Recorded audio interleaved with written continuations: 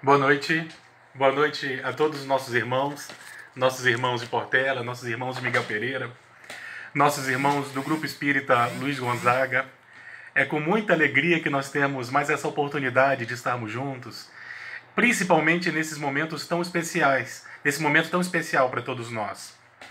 E como é de praxe nós fazermos, nós vamos iniciar o nosso estudo fazendo uma leitura, para que nós possamos ir nos ambientando e para que as pessoas possam chegar, para dar tempo das pessoas irem entrando no Facebook, irem entrando no nosso estudo para participar. Então, eu vou abrir ao acaso uma página do livro Caminho, Verdade e Vida, obra psicografada pelo nosso irmão Francisco Cândido Xavier, ditado pelo Espírito Emmanuel. Oi, Fátima, como vai? Bom, então vamos à página. Opiniões, item 80. Ai de vós, quando todos os homens de vós disserem bem, porque assim faziam seus pais aos falsos profetas. Jesus. Isso está no Evangelho de Lucas, capítulo 6, versículo 26. Indubitavelmente, muitas pessoas existem de parecer estimável, às quais podemos recorrer nos momentos oportunos, mas que ninguém despreze a opinião da própria consciência, porquanto a voz de Deus comumente nos esclarecerá nesse santuário divino. Rematada a loucura é o propósito de contar com a aprovação geral ao nosso esforço. Quando Jesus pronunciou a sublime exortação dessa passagem de Lucas, agiu com absoluto conhecimento das criaturas. Sabia o mestre que num plano de contrastes chocantes como a Terra, não será possível agradar a todos simultaneamente. O homem da verdade será compreendido apenas em tempo adequado, pelos espíritos que se fizerem verdadeiros. O prudente não receberá aplauso, mas imprudentes. Não receberá aplauso dos imprudentes. O mestre, em sua época, não reuniu as simpatias comuns. Se foi amado por criaturas sinceras e simples, sofreu impiedoso ataque dos convencionalistas. Para Maria de Magdala, era ele o Salvador. Para Caifás, todavia, era um revolucionário perigoso. O tempo foi a única força de esclarecimento geral. Se te encontras em serviço edificante, se tua consciência te aprova, que te importam as opiniões levianas ou insinceras? Cumpre o teu dever e caminha. Examina o material dos ignorantes e caluniadores como proveitosa advertência e recorda-te de que não é possível conciliar o dever com a leviandade, nem a verdade com a mentira. Meus irmãos, muito boa noite a todos. É com muita alegria que nós temos essa oportunidade de estarmos juntos nesses instantes, principalmente nesse dia tão especial para todos nós. Nós estamos no dia 2 de abril, dia que nós relembramos o nascimento do nosso irmão Francisco Cândido Xavier, um verdadeiro apóstolo do Cristo nos tempos modernos.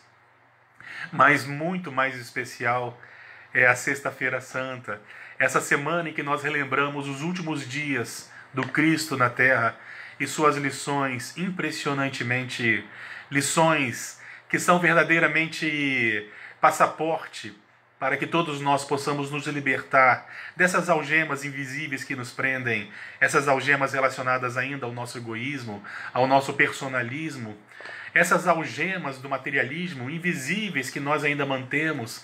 Jesus então nos dá essas lições para que nós possamos ter forças e condições de alguma forma libertarmos-nos. E como nós sempre fazemos, é uma condição sine qua non na prática espírita, nós sempre começamos as nossas atividades com uma prece, porque sabemos que sem o auxílio de Jesus, sem o auxílio dos nossos amigos espirituais, nós quase nada, muito pouco verdadeiramente podemos fazer. Então nós sempre iniciamos agradecendo e pedindo naturalmente que esses nossos irmãos possam nos auxiliar, possam nos amparar nesses instantes.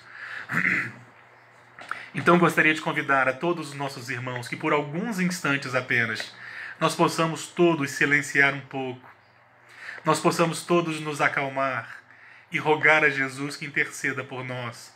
Nós que somos tão carentes da tua intercessão em nossas vidas, Vamos pedir a Jesus que entre em nossos lares, que nos auxilie com nossas cruzes, que nos auxilie iluminando, clareando nossos pensamentos. Vamos todos tentar elevarmos-nos num único pensamento, mais ou menos assim. Senhor Jesus, Cordeiro de Deus, Tu que és a luz do mundo e guia de toda a humanidade, ilumina-nos, Senhor. Derrama sobre nós as Tuas bênçãos, para que nós possamos de alguma forma clarear nossos pensamentos. Ilumina nossos corações, para que nós possamos modificar nossas atitudes. Divino guia de toda a humanidade, nesse momento em que boa parte do planeta para relembrar os momentos em que Tu estiveste conosco, Senhor, as Suas lições, o Teu Calvário. Te pedimos, Senhor, tem misericórdia de nós, auxilia-nos nas nossas dificuldades, fortalece-nos, Senhor, para que nós possamos vencermos. Esse é o nosso principal propósito na Terra. Ilumina nossos lares, ilumina nossas famílias, mas principalmente, Jesus, ampara aqueles que sofrem. São muitos os que sofrem nesse momento. São muitos os que jazem nos leitos hospitalares, as famílias que estão perdidas, desestruturadas, aqueles que não conhecem a realidade da continuidade da vida. Ampara todos esses, Senhor. Ilumina esses lares que se encontram em desespero. Ampara os que sofrem a dor do sentimento de perda de um ente querido. Que a Sua luz, Senhor, curativa e abençoada, possa iluminar os caminhos, levando paz, levando certeza, prosperidade, saúde, para que todos possam Te sentir nesse dia tão especial, da mesma forma como nós Te sentimos nesses instantes. E primeiramente em nome de Deus, nosso Pai, em Teu nome, divino guia, e de todos os nossos amigos espirituais, nós possamos iniciar o nosso estudo da noite, na certeza, Senhor, de que Tu permanecerá conosco. Obrigado por tudo.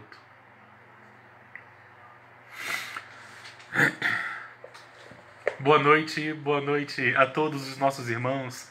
Repetindo as palavras que foram ditas antes, é com muita alegria que nós temos esse momento de estarmos juntos, estarmos reunidos com os nossos irmãos de Miguel Pereira, nossos irmãos de Portela.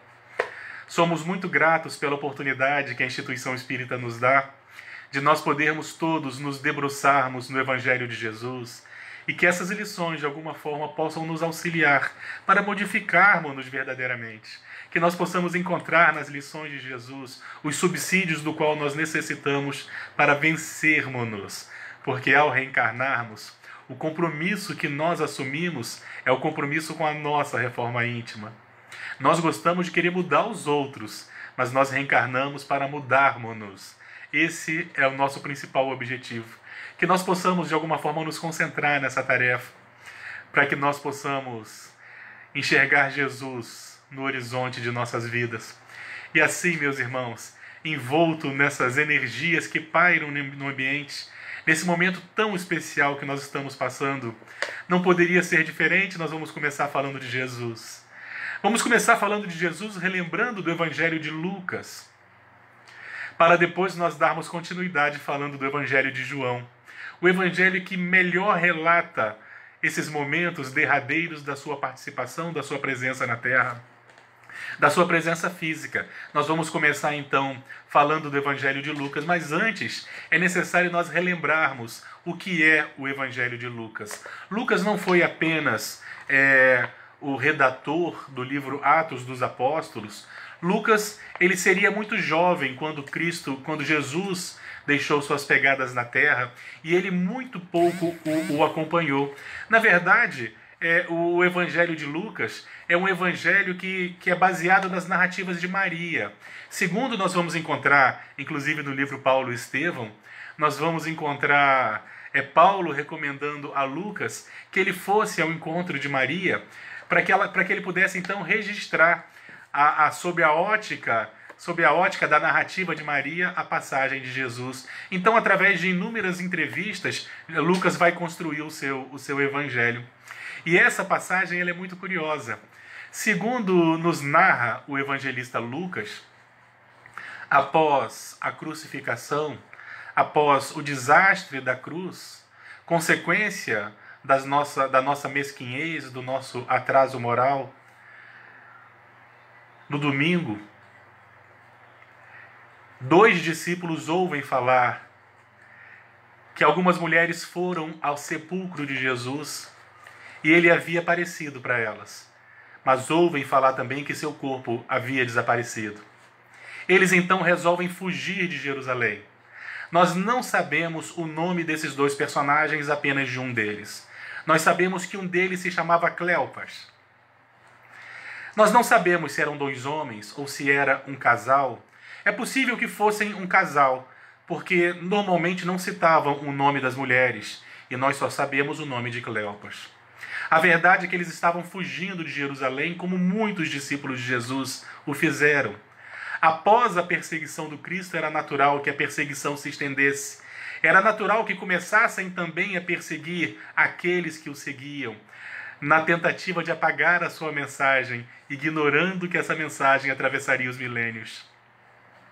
Então esses 2 personagens fogem de Jerusalém. Eles estão fugindo de Jerusalém quando eles encontram um estranho peregrino no caminho. E esse estranho peregrino, então, ouvindo o que eles falavam, porque eles teciam comentários exatamente do que havia ocorrido, falavam do desastre da cruz, da dor e do medo que eles sentiam, quando de repente esse estranho peregrino começa a acompanhá-los e ouvir a narrativa deles. Eles então continuam falando. O estranho peregrino lhes pergunta o que está acontecendo em Jerusalém. Eles então continuam narrando ao peregrino o que havia acontecido. Eles começam mais ou menos assim: tu deves ser o único peregrino em toda Jerusalém que não sabe o que aconteceu. Puseram nosso Senhor na cruz, aquele que era aguardado pelos nossos antepassados, aquele que foi dito que viria para nos trazer a paz, a liberdade, o amor e a fraternidade. O puseram na cruz. Houve a tragédia da cruz. Tu deves ser o único peregrino em toda Jerusalém que não soube do que ocorreu. Aquele estranho peregrino então começa a ouvir a narrativa deles quando, num determinado momento, esse estranho peregrino lhes questiona. Mas não estava escrito que deveria acontecer dessa forma? Não estava escrito por antigos profetas do passado, já não haviam previsto que quando o Messias, quando o Salvador estivesse entre nós, que nós assim agiríamos? Isso não era o esperado. E aquele peregrino então começa a acompanhá-los, exatamente como uma forma de consolação, começa a lhes falar da necessidade de tudo aquilo que havia acontecido, e eles seguem o caminho. Conforme eles vão chegando a Emaús, Emaús não era uma cidade, talvez um pequeno vilarejo nas proximidades de Jerusalém. Conforme eles vão chegando a Emaús, eles então se despedem desse peregrino e eles vão adentrar para uma taberna onde eles vão ceiar. Só que misteriosamente eles se sentem tão afeiçoados por aquele estranho peregrino que eles então resolvem convidá-lo para que ceiasse com eles. Eles então adentram o estabelecimento e pedem para que aquele peregrino, que derramava grande sabedoria, abençoasse o pão para que eles pudessem ceiar. Quando aquele estranho peregrino então ergue suas mãos, carregando o pão, para rogar a Deus que abençoasse o alimento, eles então observam as marcas do prego, a marca dos pregos na tragédia da cruz. Então eles olham para aquele estranho peregrino e reconhecem a figura de Jesus. Era Jesus com eles. Era Jesus. Tão logo eles percebem que haviam caminhado de Jerusalém a Emaús, ao lado de Jesus, eles se veem tão refeitos de todo o desespero que eles sentiam. Todo aquele temor desaparece. todo aquele receio vai embora e eles sentem uma enorme vontade de retornar a Jerusalém, porque eles precisavam contar aos outros que Jesus vive, que Jesus está vivo, que Jesus havia caminhado com eles. Então eles retornam imediatamente para Jerusalém. Quando eles chegam em Jerusalém para anunciar que Jesus está vivo, que Jesus havia caminhado com ele de Jerusalém a Emaús, que Jesus havia abençoado o pão, que Jesus havia aconselhado, dialogado, que Jesus havia acariciado aquelas almas desesperadas e desesperançosas. Eles vão então ao encontro dos discípulos de Jesus, que se encontravam escondidos. Quando eles chegam lá, então, eles descobrem que Jesus já havia aparecido para Pedro. E todos se surpreendem ao saber que Jesus havia caminhado de Jerusalém a Emaús, ao lado de Jesus. Só que essa história, essa narrativa que nós encontramos no Evangelho de Lucas, é uma narrativa um tanto estranha. Quando nós fazemos uma pequena investigação, Emaús, segundo o próprio evangelista, Emaús fica a 60 estádios de distância de Jerusalém. Quando nós convertemos isso para quilômetros, algo em torno de 12 quilômetros. Ou seja, eles caminharam ao lado de Jesus por 12 quilômetros e não perceberam que era ele que estava ali? Como pode? Será que Jesus se escondia? Será que Jesus se disfarçava? Mas nós não encontramos isso nas narrativas. Como pode eles terem caminhado 12 quilômetros? Pessoas que caminham depressa talvez caminhem por 2 horas. Façam 12 quilômetros em 2 horas, eu talvez 3 horas porque caminho devagar. Aquelas pessoas caminharam horas ao lado de Jesus. Ouviram Jesus falando. Num determinado momento, Cleopas, inclusive, afirma que aquela voz falava a acústica da sua alma. Ele reconhecia aquela voz. Mas por que eles não reconheceram Jesus? Como é que se caminha ao lado de Jesus por pelo menos 3 horas? E não se observa que era Jesus quem estava com eles, derramando sabedoria, naquela voz inesquecível que falava a acústica da alma. Como pode aquelas personagens não terem então reconhecido Jesus caminhando ao lado delas? E quando nós fazemos uma meditação sobre o ocorrido, eu acho que eu tenho a resposta. Todas as vezes quando nós somos assaltados pela dor, pelo desânimo e pelo desespero, esse comportamento é comum entre nós. Nós, nos momentos mais difíceis, nós esquecemos de olhar aqueles que estão à nossa volta, ou acima de nós. Nós ficamos tão ensimesmados, ficamos tão absortos, envoltos nos nossos problemas, que nós esquecemos de olhar à nossa volta, aqueles que caminham conosco. Nós, invariavelmente, quando nós nos encontramos desanimados, nós caminhamos de cabeça baixa, esquecemos de olhar à nossa volta e de buscar aqueles que caminham conosco. Eu começo a compreender, então, por que aqueles 2 discípulos de Jesus, eles não observaram que era Jesus que caminhava com eles. Porque o desespero faz isso. A desesperança, a tristeza, faz com que nós andemos cabisbaixos, faz com que nós andemos sem olhar à nossa volta. Porque se nós procurarmos a nossa volta invariavelmente, nós encontraremos de alguma forma a presença do Mestre. E só no momento em que eles se sentaram à mesa, em que todos os olhos estavam no mesmo horizonte, quando Jesus ergue os pães para pedir a Deus que o abençoasse, eles observam a marca dos pregos. Eles fitam os olhos daquele estranho peregrino e observam que era Jesus que caminhava com eles na estrada que levava de Jerusalém a Emaús. É a estrada da tristeza, é a estrada do desalento. Quantos de nós, nos momentos mais difíceis, não caminhamos da mesma forma, olhando para o chão, sem observar aqueles que estão à nossa volta? Era natural que eles temessem, que eles fugissem de Jerusalém, porque se haviam colocado aquele que era todo amor na cruz. Se haviam feito isso com o pastor, as ovelhas temeriam naturalmente o que não fariam com elas. Então os discípulos, ao receberem a notícia de que Jesus estava com eles, todos eles de alguma forma se refazem. Todos eles se refazem.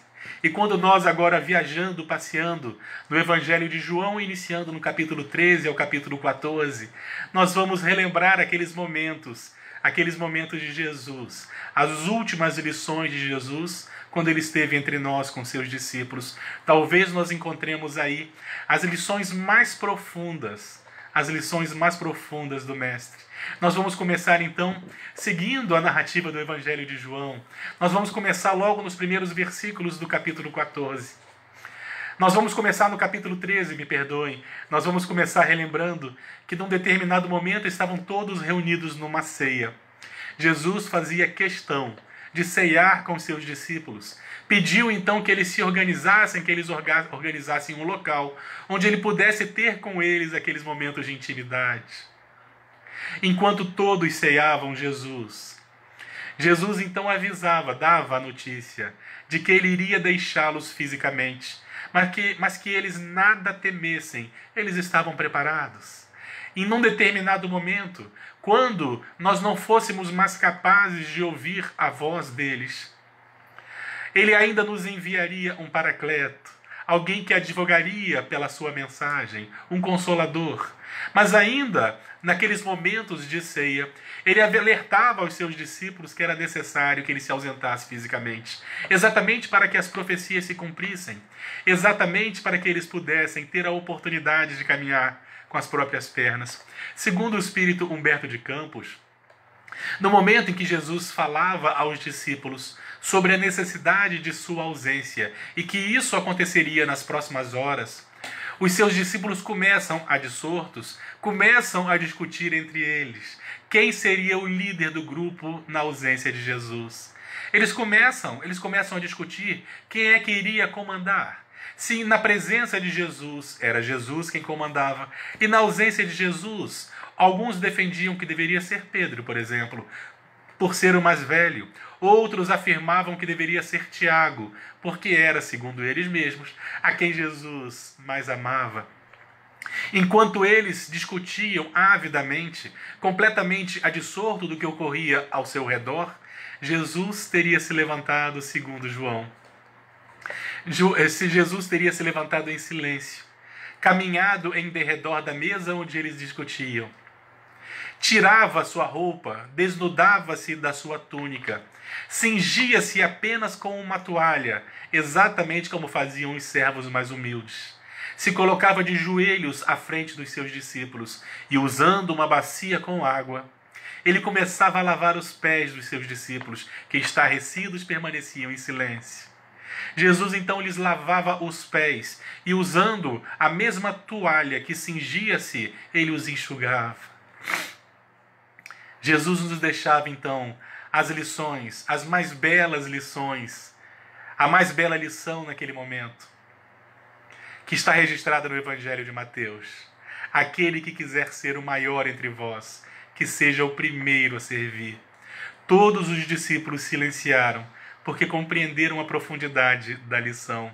Mas Pedro, quando Jesus ele se dirige a Pedro, Pedro não permite. Ele fala: não, Senhor, eu não posso permitir, porque sou eu quem deve lhes lavar os pés. Não posso permitir que tu laves os meus pés, porque tu és o meu Senhor, sou eu quem deve servi-lo. O que Jesus teria dito, insistindo: ah, Pedro, se tu não permitires, tu não poderás ter parte comigo das verdades do reino dos céus. O que Pedro, então, abalado com a escusa de Jesus, ele imediatamente fala: então, Senhor, lava também as minhas mãos e os meus cabelos. Aquele que quiser ser o maior entre vós, que seja o primeiro a servir.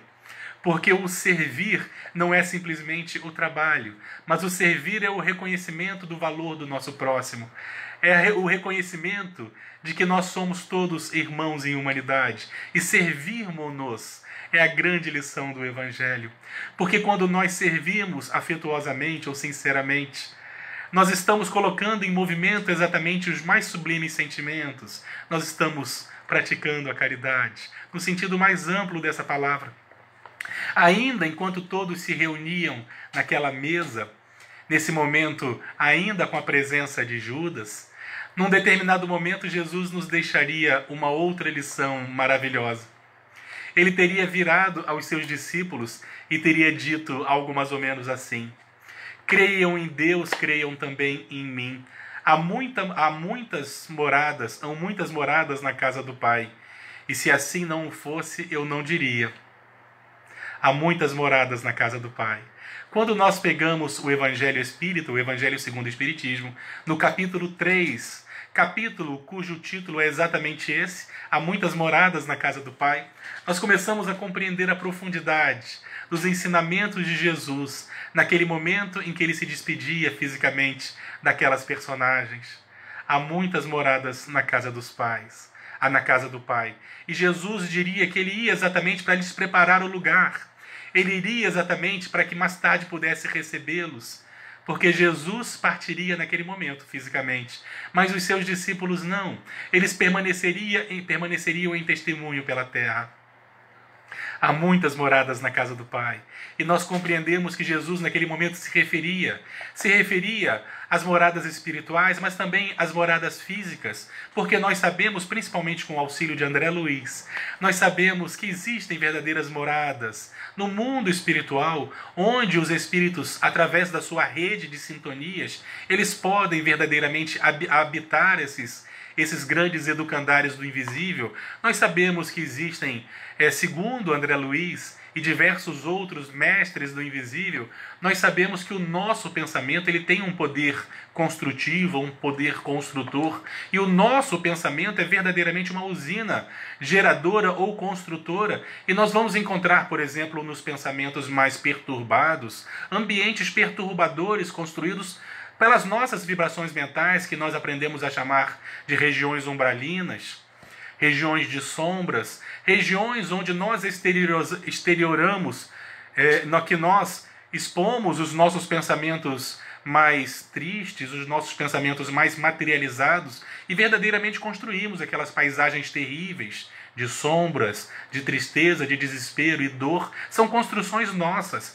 Esses ambientes, essas paisagens são construções nossas. Da mesma forma que espíritos superiores são capazes de construir belíssimas paisagens no mundo espiritual, que nós aprendemos a chamar, graças a André Luiz, nós aprendemos a chamar de colônias espirituais. Espíritos mais enobrecidos com seus pensamentos, eles são capazes de criar veredas verdejantes, cidades no mundo espiritual, educandários, que nós invariavelmente poderemos, de acordo com as nossas sintonias, adentrar esses portões. São as moradas do invisível. No entorno da Terra, nós sabemos que existem muito desses educandários, construídos por esses espíritos superiores para abrigarmos-nos.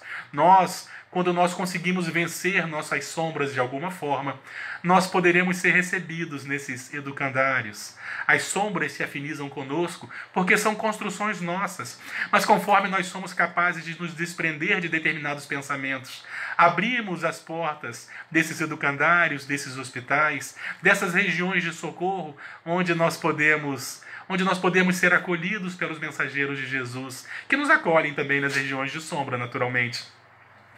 Então Jesus nos falava das moradas que existem na casa do Pai, mas também moradas físicas, nos ensina Allan Kardec. Quando Kardec nos fala das inúmeras moradas que existem na casa do Pai ou no reino do Pai, nós sabemos também que ele estava se referindo, segundo ele mesmo, a moradas físicas, porque a terra é um educandário que nos recebeu aqui, administrado por Jesus. Mas nós não somos daqui, nós somos seres cósmicos, pelo amor de Deus. Nós viemos para cá em algum momento e daqui nós partiremos. Nós não surgimos aqui, assim como não terminaremos aqui. Nós fomos trazidos para cá em um determinado momento e Jesus nos recebeu a todos. As moradas são também moradas físicas, nos ensinam os espíritos, que existem diversos orbes, onde existe vida semelhante, superior, às vezes inferior, mas é vida. São seres que, como nós, estamos exatamente vagueando, para que nós possamos, ao frequentarmos esses educandários, vencermos-nos, porque são muitas as moradas na casa do Pai. E alguns podem estar se perguntando: o que é isso, Guilherme? Eu acho que você está assistindo muita televisão, mas não é difícil nós compreendermos isso. Por exemplo, quando nós consultamos Quando nós consultamos diversos pesquisadores, pessoas que pesquisam os astros, nós sabemos que esse tipo de pesquisa ele começou a ser mais aprofundada a partir dos anos 60, 70, 80 e teve seu apogeu particularmente nos anos 90. Nós sabemos que o homem então ele começa a olhar para o espaço de uma forma diferente. Ao olharmos para o espaço e vermos as diversas estrelas que circundam o nosso planeta, que era uma ideia ultrapassada, porque nós sabemos que estamos mesmo, todos nós mergulhados no mesmo cosmos, não existe o por cima ou por baixo. Quando nós olhamos para o céu à noite, nós conseguimos observar alguns milhares de estrelas. Entretanto, o homem desenvolveu alguns equipamentos muito curiosos, capazes de olhar com maior precisão para o espaço. Na década de 90, ele tinha como principal instrumento um telescópio chamado telescópio Hubble. E esse telescópio conseguia observar diversas estrelas que nós não conseguíamos alcançar a olho nu. Entretanto, com a virada do século, o homem desenvolveu telescópios mais potentes. E ao invés de tentar olhar a Terra, olhar os astros partindo da Terra, ele começou a colocar sondas espaciais no espaço, viajando pelo espaço, nos mandando através de rádio as informações que ele obtinha, e nós fomos capazes de enxergar estrelas muito além da capacidade que nós tínhamos quando nós observávamos da Terra. Hoje estima-se que na nossa galáxia, apenas na nossa galáxia, exista algo entre 200 e 400 bilhões de estrelas. Apenas na nossa galáxia. E talvez exista entre 100 e 200 bilhões de outras galáxias. Se apenas na nossa galáxia nós temos entre 200 e 400 bilhões de estrelas, e cada uma dessas estrelas tem planetas orbitando ao seu redor, a probabilidade de existirem centenas em condições de vida complexa é muito grande. São bilhões e bilhões de planetas, para que nós possamos ter uma ideia mais ou menos de quantas estrelas existem à nossa volta, somando a nossa galáxia, a Via Láctea, a tantas outras que existem, nós teríamos que multiplicar por baixo os 200 bilhões de estrelas da nossa galáxia com as 100 bilhões de outras galáxias, sendo que podem existir de 100 a 200 bilhões. Nós teríamos um número muito curioso. Eu pedi para minha filha fazer esse desenho aqui, infelizmente ele vai sair ao contrário. Mas isso aqui, ó, seria mais ou menos o número de estrelas que existem por baixo.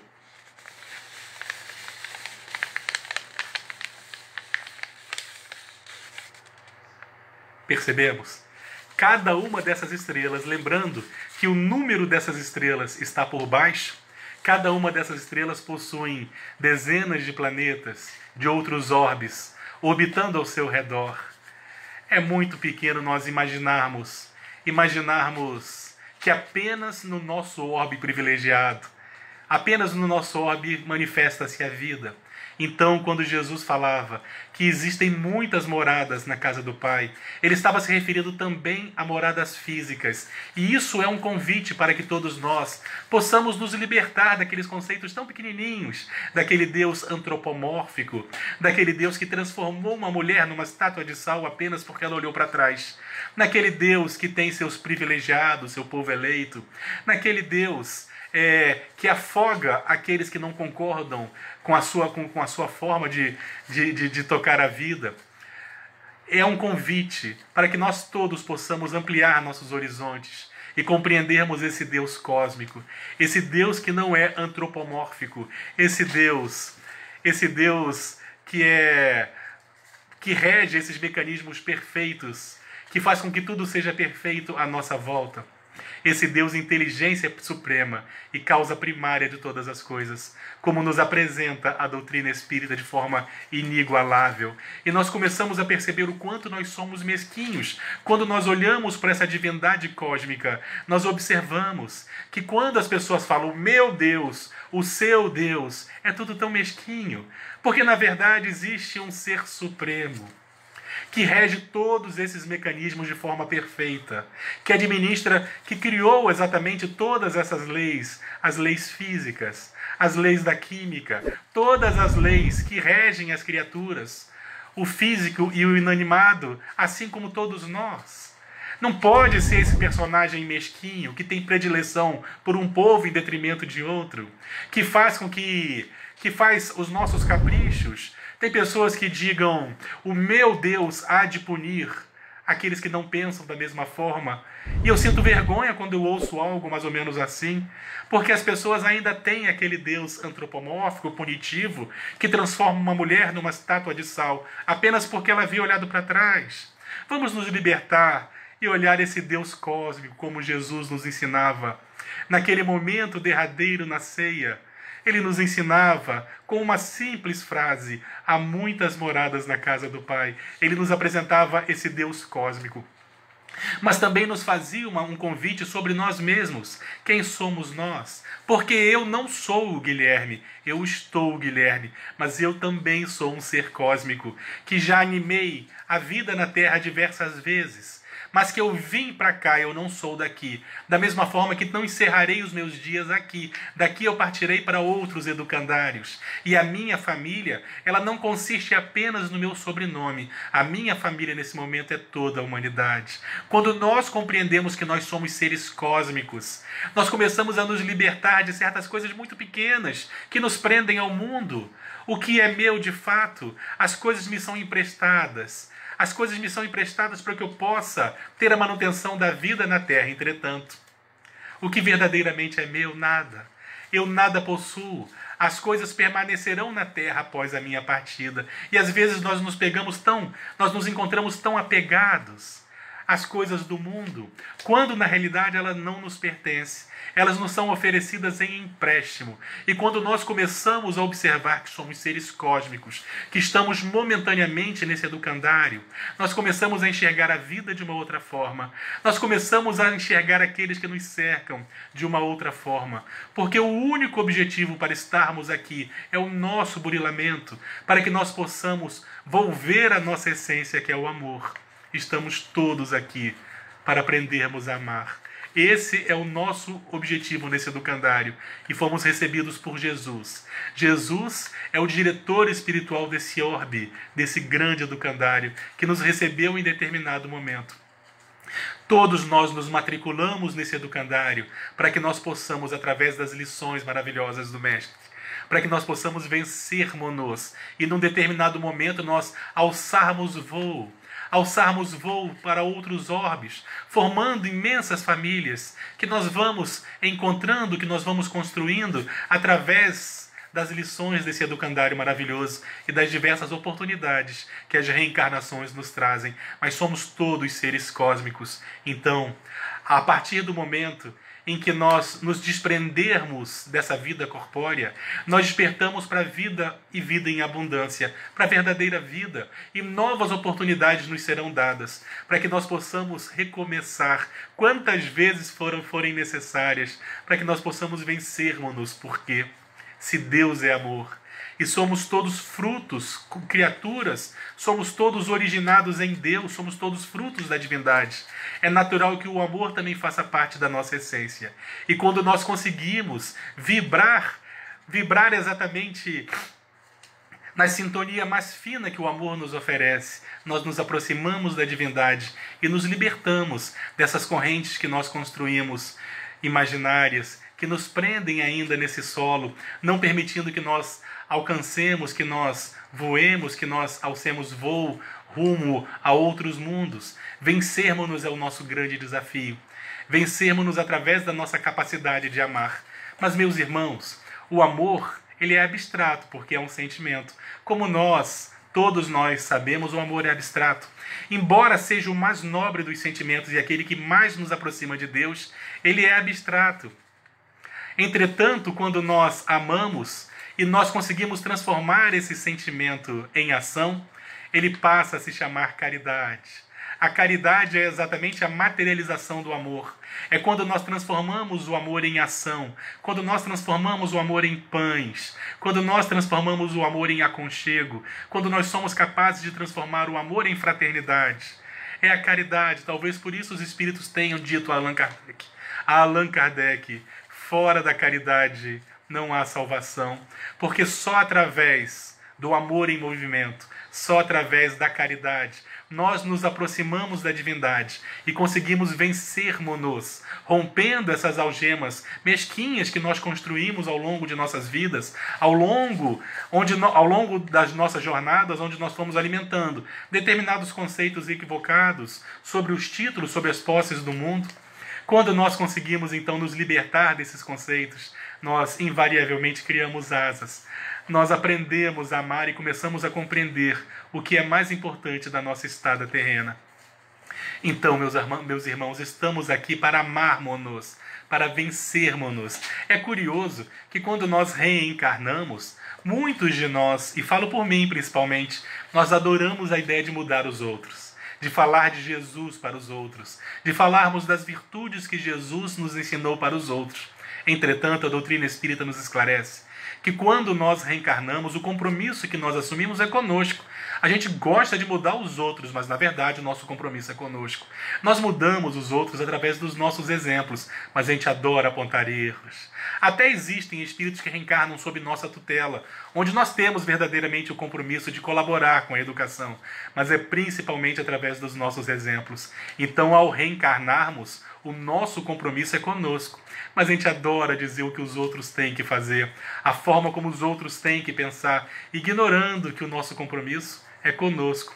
Siddhartha Gautama, um desses espíritos que vieram à Terra em nome de Jesus, nas diversas culturas do mundo, ele tem uma frase que eu acho maravilhosa, onde ele teria dito que as nossas órbitas oculares, elas seriam melhores, seriam mais funcionais para nós, se elas fossem voltadas para dentro, para que nós pudéssemos nos enxergar melhor, ao invés de nós olharmos para fora.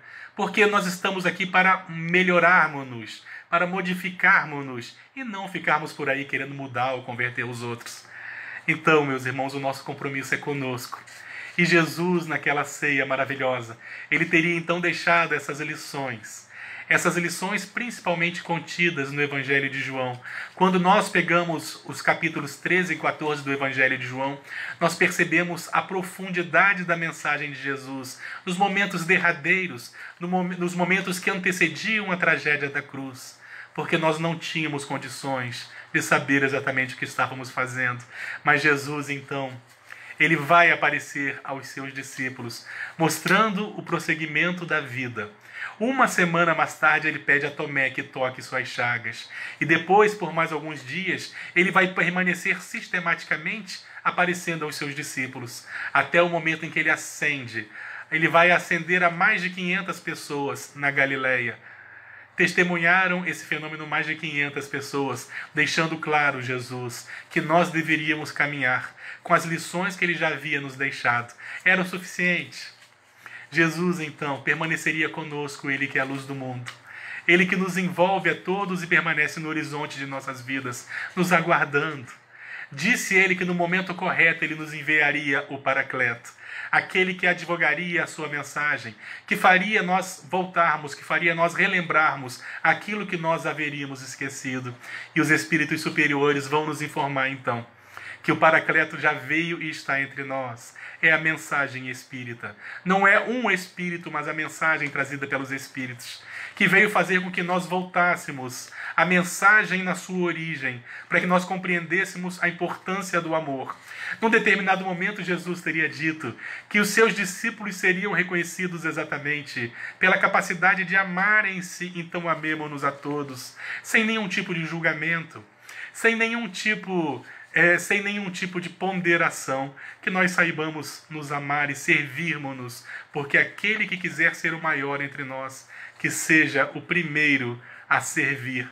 Sinjamo-nos como fazem os servos e sirvamos. Sirvamos em nome de Jesus, em nome do amor, na certeza de que isso tudo é uma passagem. E no momento em que nós nos libertarmos de nós mesmos, nós poderemos ascender aos céus.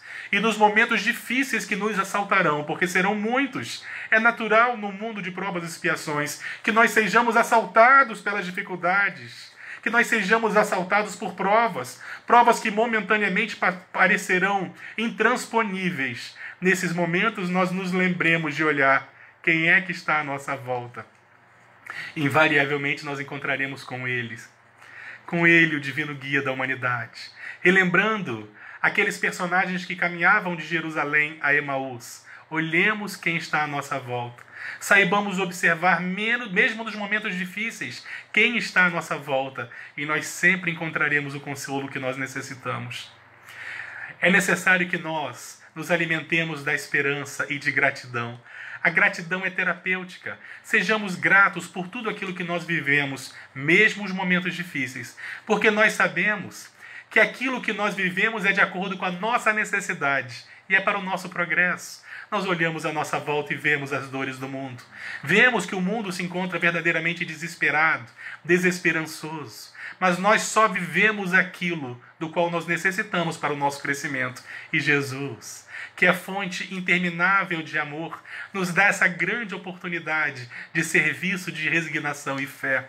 Que nós saibamos aproveitar esses momentos e sejamos gratos, esperançosos e gratos, de que é Jesus quem permanece ao leme da embarcação. E aquela cruz, que é símbolo das nossas mazelas, ela está vazia, porque Jesus se encontra no horizonte de nossas vidas, caminhando ao nosso lado nos momentos difíceis, quando nós o buscamos, conforme Ele mesmo nos ensinou. Sempre que houverem 2 ou mais pessoas reunidas em Teu nome, Ele estaria presente. E nós sabemos que sempre que falamos de Jesus, não estamos sozinhos. Então, invariavelmente, Jesus nos acompanha. Meus irmãos, sabemos do momento difícil em que nós nos encontramos, mas sabemos que ele é necessário. Não vamos alimentar correntes de desesperança.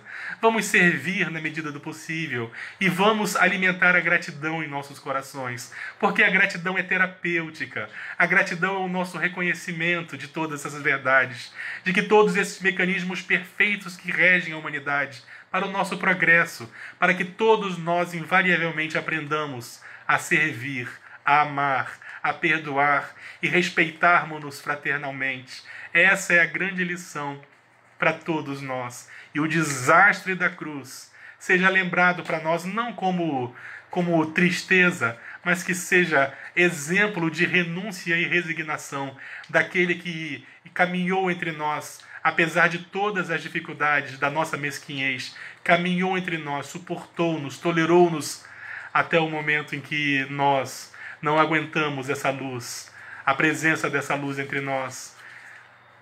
E ocorreu o desastre da cruz, mas é para todos nós exemplo de renúncia e de amor pela humanidade. Meus irmãos, nesse dia tão especial que nós nos encontramos reunidos, nós possamos lembrar da figura do Divino Guia, do Divino Mestre, da luz do mundo que jamais nos abandona, só mergulha em trevas, aquele que não ergue os olhos e procura aqueles que caminham à sua volta, porque Jesus invariavelmente nos acompanha a todos. E assim, meus irmãos, nesse dia tão especial, para todos nós, como nós havíamos lembrado, nós relembramos o nascimento de Francisco Cândido Xavier nesse dia 2 de abril, mas relembramos também o maior símbolo de renúncia e amor pela humanidade. E eu gostaria de convidar a todos que possam nos acompanhar numa prece de gratidão, relembrando o quão terapêutico é a gratidão. Agradeçamos os momentos difíceis, os momentos de prova, mas também a oportunidade de servir e a certeza de que a vida prossegue e a vida continua. E nada pode nos afetar verdadeiramente, a não ser que nós permitamos. Que a paz de Jesus permaneça entre nós. Eu gostaria de convidar a todos que possam nos acompanhar nessa prece.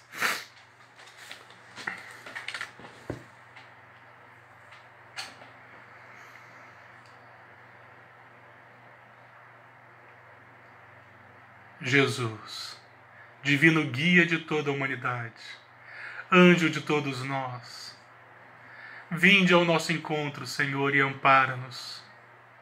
Que Tu possas iluminar as nossas sendas, que Tu possa iluminar nossas jornadas, iluminando nossos corações, nossos pensamentos, para que nós possamos, Senhor, modificarmos-nos, para que nós possamos nos vencer. Senhor Jesus, Te agradecemos pelo pão que não nos faltou. Te agradecemos pela oportunidade da reencarnação. Te agradecemos por nossas famílias. Te agradecemos por tudo, Senhor. Te agradecemos principalmente pela oportunidade do trabalho, que vez por outra bate à nossa porta, que nós possamos nos encontrar prontos. Que nós saibamos te encontrar, caminhando nos momentos difíceis ao nosso lado. Te pedimos, Senhor, por todos aqueles que estão nos hospitais, todos aqueles que se encontram desesperados, desesperançosos, aqueles que se encontram aflitos, aqueles que se encontram asfixiados. Senhor Jesus, ilumina todos. Que teus anjos possam visitar os leitos hospitalares, os lares, possam auxiliar aos que sofrem, possa nos auxiliar a todos, Senhor. E primeiramente em nome de Deus, nosso Pai, em teu nome, Jesus, e de todos os nossos amigos espirituais, nós possamos encerrar esses instantes de estudo e meditação, repletados de gratidão. Obrigado por tudo, Senhor.